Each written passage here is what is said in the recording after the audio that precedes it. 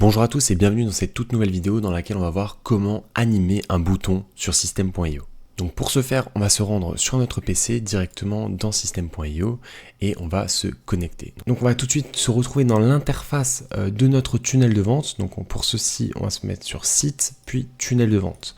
Ensuite, vous sélectionnez le tunnel de vente. Moi pour l'exemple, ça va être le tunnel de vente que j'ai fait pour la grosse vidéo de ma chaîne. D'ailleurs, si ça vous intéresse, n'hésitez pas à aller checker ça. Et donc on se retrouve juste ici. Alors, il y a deux façons d'animer un bouton dans System.io.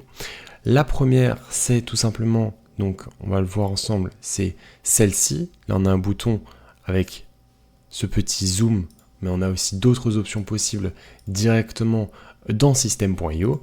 Donc pour ce faire, on modifie la page, on se rend au niveau du bouton, on clique sur notre bouton, et pour animer, ça se passe juste en dessous. Là, on a un effet de survol, c'est-à-dire que quand on va passer la souris par-dessus, il y a plusieurs styles possibles. Alors, on a soit le zoom, donc le zoom, c'est ce qu'on vient de voir ensemble, je vais vous le remontrer. Donc le zoom, c'est ça.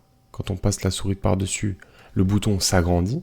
Ensuite, on a la possibilité, donc là, c'est grossir, hein, mais on peut aussi régler le grossissement. Si on met sur 20, ça grossira beaucoup plus que si on met sur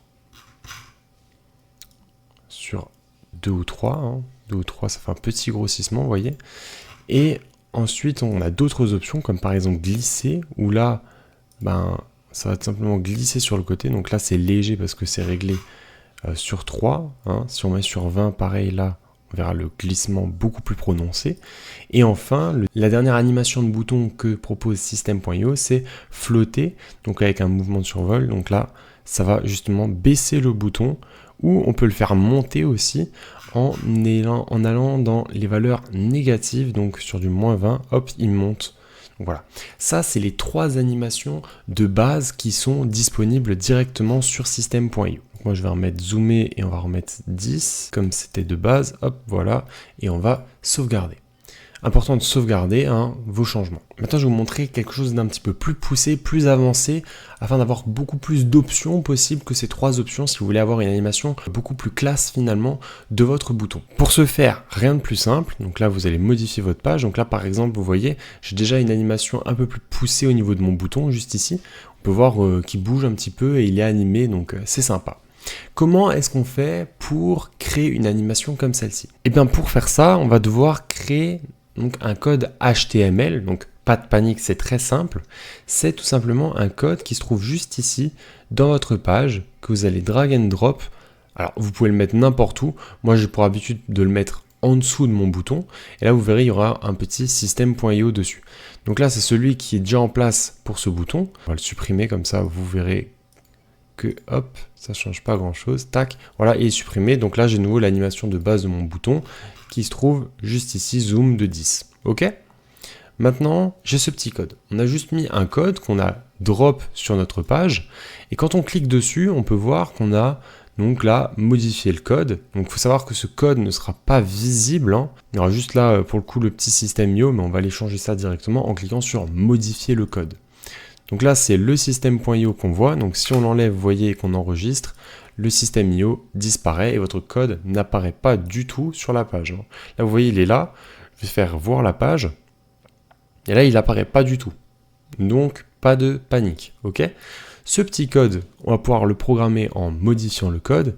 Et ici, on va pouvoir ajouter du code HTML. Donc, je vais vous fournir, il n'y a pas de panique, je vais vous fournir les différentes choses, mais je vais surtout vous apprendre à générer des animations uniques pour vos boutons.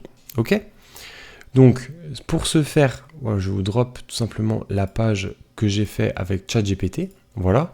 Ici, je lui ai dit, voici un exemple de ce que j'attends de toi avec un code HTML que j'ai repris. Donc là, il faut savoir que ce code HTML de base, on peut le reprendre. Tac. Hop, ce prompt, je vais vous le mettre en description de la vidéo, vous le retrouverez ci-dessous. Et dès qu'on colle ce petit prompt juste là et qu'on enregistre, on peut voir que le bouton, il est animé. Donc là, c'est une animation que moi j'avais retrouvée sur une vidéo YouTube. Et en fait, là, vous voyez, j'ai un bouton qui saute. Et moi, du coup, ça, c'est un code que j'avais récupéré. Et là, je lui ai dit, ici, c'est un bouton qui rebondit, et j'aimerais que tu me donnes de la même manière 10 codes prêts à être copiés-collés d'animation de boutons. Donc ça, c'est des codes qui sont générés par l'IA, que vous pouvez copier-coller, qui vont vous générer à chaque fois différentes animations pour vos boutons. Donc là, on voit qu'il rebondit. Maintenant, si je vais rentrer le code généré par ChatGPT à la place de celui que j'ai rentré, tac, CTRL V, j'enregistre, et là, vous voyez, on a une autre animation. Le bouton, il grossit comme ça en faisant des genres de battements. Donc là, c'est une première animation générée par ChatGPT. Là, on peut en avoir d'autres. Hein. Hop, là, hop. Il suffit de copier, en fait, entre les balises style. Les balises style permettent d'ouvrir, en fait, votre code. Donc là, hop, on vient modifier le code et on le change, encore une fois. Et là, on a une toute autre animation. Là, par exemple, on a une animation qui fait un effet un peu jiggle, comme ça, sur le côté. Et de cette manière, voilà, il m'en a généré 10. Donc là, on en a plein. Hein. Voilà, par exemple, je peux en copier une autre. Par exemple, je sais pas, celle-là, par exemple, elle a l'air grosse, donc je pense que ça doit être un sacré truc. Voilà, tac, et on peut trouver des petites animations qui nous plaisent bien. On peut faire des petites études comme ça. On enregistre, enregistrer. Là, qu'est-ce que c'est? Là, vous voyez, il y a un genre de pavé qui slide comme ça autour. Voilà, maintenant pour vous montrer que ça marche bien, hop, on fait voir, tac, et on peut voir que quand on lance notre tunnel, on a bien cette forme qui passe sur le bouton. Voilà, donc maintenant, hop, on va en essayer une autre, hein, tant qu'on y est, hein. On peut regarder, hein, qu'est-ce qui nous a généré d'autre. Est-ce qu'il n'y en a pas une autre qui a l'air un peu travaillée, un peu longue? On va prendre ça, hein, on ne sait pas ce que c'est, tac, voilà, hop,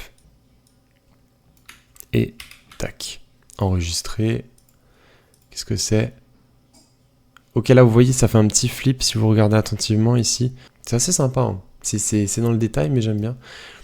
Donc voilà, on a plusieurs possibilités. Voilà, et si vous voulez en recréer 10, eh ben, vous redemandez à ChatGPT 10 autres codes. Et pour ça, voilà. Donc là, il dit à chaque fois, remplace le bouton par l'idée de ton bouton. Ça, c'est important à comprendre. Donc ça, c'est quoi? C'est ce bouton-là. Hashtag, button, etc. Ok?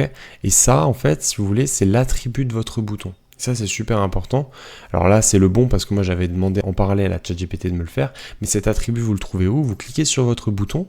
Et en fait, si vous descendez tout en bas, vous retrouvez l'attribut ID. Donc bouton EAF54BOA ici. On le copie, vous voyez. Et on peut aller le coller et du coup le remplacer directement dans notre code HTML. Hein. Là, justement, vous voyez, hashtag bouton.